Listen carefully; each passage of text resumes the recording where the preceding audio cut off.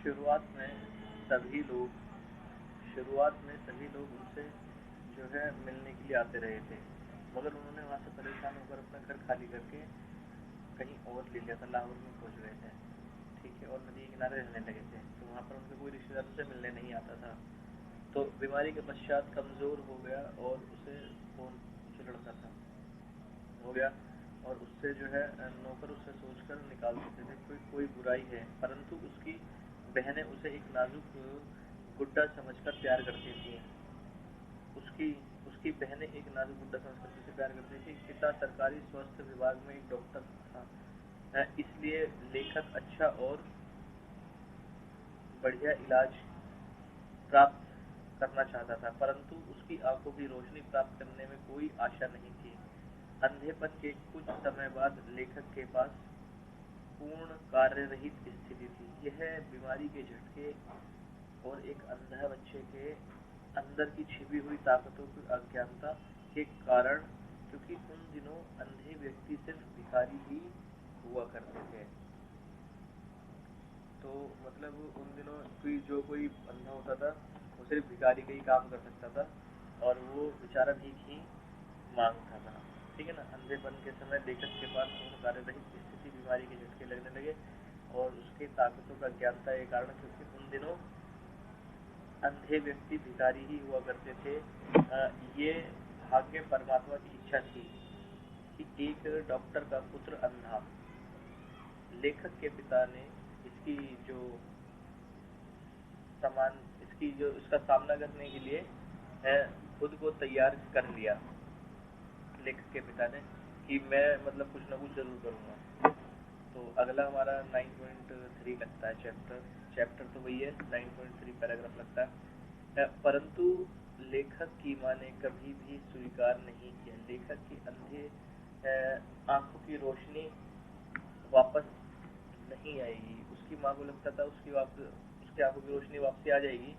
उसने अपने बच्चे के लिए भूतकाल में किसी वस्तु को दोष लगाना प्रारंभ कर दिया। जैसे पारिवारिक पंडित को बुलवाया, पंडित, और जैसे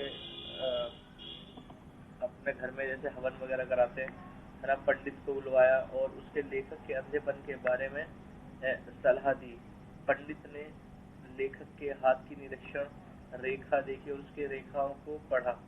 तब उसने उसकी माँ के माथे पर तरफ देखा और उसने बताया कि दूसरे पंडितों की सलाह करनी पड़ेगी, यानी लेनी पड़ेगी।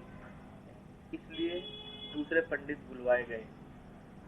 से सहमत हो गई कि लेखक की माँ के पापों के कारण उन्हें पश्चात इन्हें ये दुख मिला है। तभी लेखक की आंखों की रोशनी वापस प्राप्त करने का अवसर हो सकता है। इन पंडितों ने प्रार्थना की, शारीरिक व्यायाम करने के लिए कुछ धन तथा कुछ धार्मिक अनुष्ठान करने के सहमत हो गए, लेकिन माँ ने उसके पिता से हर एक चीज छिपाई और वह जानती थी कि इन्हें पसंद नहीं करेंगे। इन अनुष्ठानों और धार्मिक सलाह के अतिरिक्त हकीमों को भी पूछा गया। उन्होंने लेखक की आंखों में कुछ सुरमे डालने को कहा। ये सुरमे उनकी आंखों को जलाते थे और काटते थे, परंतु माँ के प्यार के कारण उन्हें शांति मिलती थी। एक रात लेखक के पिता को इन सुरमों के बारे में पता चल गया। वह नाराज हो गया और उसे तुरंत इनका प्रयोग रोक दिया। हकीमों के पास जाना भी बंद कर दिया, परंतु लेखक 11 वर्ष की आयु में अपनी आंखों में सुरमे डलवाता रहा।